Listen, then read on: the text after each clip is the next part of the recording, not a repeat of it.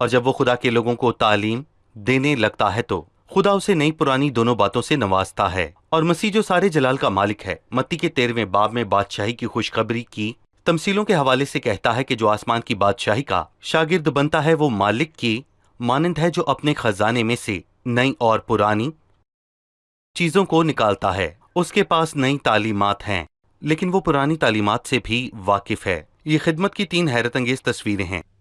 میں دیکھ سکتا ہوں کہ غزل الغزلات میں علامتی پہلو کے علاوہ ایک اور پہلو بھی ہے جس پر ہم نے ان اقساط میں بات کی. میں اس آیت کا لفظی مطلب جاننا چاہوں گا. کاش کہ تو میرے بھائی کی مانند ہوتا جس نے میری ماں کی چھاتیوں سے دودھ پیا. میں تجھے جب باہر پاتی تو تیری مچھیاں لیتی اور کوئی مجھے حقیر نہ جانتا. جو میں نے تیرے لیے جمع کر رکھے ہیں اے میرے محبوب. اس کا کیا مطلب ہے؟ ہم نے علامتی پہلو کو واضح کرتے ہوئے یہ بتایا کہ یہاں پر جو تصویر ہے وہ دلہن کی اس خواہش کا اظہار ہے کہ اس کے ہر سفر میں اس کا دلہا اس کے ساتھ ہو. وہ کھیت میں جانا چاہتی ہے، پھر وہ انگورستان میں جانا چاہتی ہے اور آخر میں وہ گھر لوٹنا چاہتی ہے. اور یہ لفظی خطاب ہے. وہ اسے کہتی ہے میرے محبوب آ، میرے ساتھ آ. مردم گیا کی خوشبو پھیل رہی ہے. اور ہم نے مردم گیا کے لفظ کو ترجموں میں بہت بار تلاش کیا اور تحقیقات سے یہ پتہ چلا کہ یہ لفظ در حقیقت جرمن زبان کا لفظ ہے جس کا مطلب ہے پیار کا سبب. اور یہ ایک قسم کا پھل ہے جو 2 فریقین کے درمیان محبت کو پیش کرتا ہے. دلہن کہتی ہے کہ مردم گیا کی خوشبو گھر کے باہر پھیل گئی ہے جو ان دونوں کی محبت کو ظاہر کرتی ہے. اور ہمارے دروازوں پر، دروازے جہاں ہم رہتے ہیں، وہاں پر بہت ہی قیمتی پھل ہیں اور کچھ تو ابھی وہاں نکل رہے ہیں. اور یہی نہیں بلکہ وہ درختوں پر نظر آ رہے ہیں جبکہ کچھ پہلے کے ہیں. کیونکہ میں تجھ سے محبت رکھتی ہوں سو میں نے تیرے لیے جمع کر رکھے ہیں اے میرے محبوب. قابل غور یہ ہے کہ وہ کس حد تک اس سے لپٹی ہوئی ہے اور چاہتی ہے کہ اس کے ساتھ رہے، اور وہ اس کے لیے چیزیں بھی جمع کرتی ہے. وہ ساری چیزوں کو اپنے لیے نہیں رکھتی بلکہ اس کے لیے بھی نظر کرتی ہے. 8ویں باب کی طرف بڑھتے ہیں. اس کی شروعات ایک خواہش سے ہوتی ہے. لکھا ہے کاش کہ تو میرے بھائی کی مانند ہوتا جس نے میری ماں کی چھاتیوں سے دودھ پیا. میں تجھے جب باہر پاتی تو تیری مچھیاں لیتی اور کوئی مجھے حقیر نہ جانتا. میں تجھے اپنی ماں کے گھر میں لے جاتی، وہ مجھے سکھاتی. میں اپنے اناروں کے رس سے تجھے ممزوع مہ پلاتی. اس کا بایاں ہاتھ میرے سر کے نیچے ہوتا اور داہنا مجھے گلے لگاتا. بھائی میں آپ سے ان آیات کے متعلق جاننا چاہوں گا. تمام زمانوں کے تمام ایمانداروں کے لیے جو ہم سے پہلے تھے خدا کے ساتھ تعلق ایسی چیز تھی جس کی انہوں نے آس رکھی. اور یہ تصویر ان کے لیے زیادہ واضح نہ تھی کیونکہ نئے عہد نامے میں دلہن اس کے ساتھ اپنے قریبی تعلق کی خواہش کا اظہار تو کرتی ہے لیکن ساتھ کیسے رہے. لیکن ہم نئے عہد نامے میں فقط ساتھ کی خواہش نہیں کرتے بلکہ ہمارے پاس اس کی ایک واضح ضمانت ہے. اور وہ اسے کہتی ہے کاش تو میرے بھائی کی مانند ہوتا جس نے میری ماں کی چھاتیوں سے دودھ پیا ہے. تب کیا ہوتا ہے؟ میں کہوں گا کہ بہت سی باتیں ہیں. میں تجھے پاتی، تجھے چومتی اور تیرے ساتھ چلتی، تجھے اپنی ماں کے گھر میں لے آتی، وہ جو مجھے تعلیم دیتی ہے. 5 خواہشات. لیکن میں کہوں گا کہ ہمارے لیے نئے عہد نامے میں، جب آپ کہتے ہیں ہمارے لیے نئے عہد نامے میں تو آپ کا مطلب مسیح اور کلیسیا ہیں. جی بالکل. مطلب ہے کہ پہلی آیت اس بات کی علامت میں سے ایک ہے کہ ان الفاظ کا اطلاق فقط مسیح اور کلیسیا پر نہیں ہوتا، پر ان کا اطلاق خداوند اور اس کے زمینی لوگوں پر ہوتا ہے جو مستقبل میں اس کے پاس لوٹ کر آنے والے ہیں، یا اس کے قدیم لوگ پر بھی جو خدا ان کے تعلق کے خواہاں تھے. وہ اس کی خواہش مند تھے. لیکن نئے عہد نامے کی روشنی میں ہم بطور کلیسیا یہ دعا نہیں کر سکتے کہ کاش کہ تو میرے بھائی کی مانند ہوتا. نہیں. ہم ایک امتیازی مقام رکھتے ہیں جیسا مسیح نے ہمارے متعلق کہا، میں اپنے بھائیوں سے تیرے نام کا اظہار کروں گا. جی مثلاً رومیو 8 میں لکھا ہے کہ روح خود ہماری روح کے ساتھ مل کر گواہی دیتا ہے کہ ہم خدا کے فرزند ہیں. اور ہم یہ نہیں کہہ سکتے کہ آج تصدیق کی جائے کہ ہم خدا کے فرزند ہیں، یا پھر یہ کہ یہ ثابت کریں کہ ہم میراث کے لائق ہیں یا نہیں. ہمارے پاس ان باتوں کی ضمانت ہے، اور اسی لیے پرانے عہد نامے میں استعمال کی گئی زبان نئے عہد نامے سے میں کہوں گا کہ بالکل مختلف ہے. پھر وہ تیسری آیت میں کہتا ہے کہ اس کا بایاں ہاتھ میری سر کے نیچے ہوتا اور داہنا مجھے گلے لگاتا. اور بالکل یہی بات دوسرے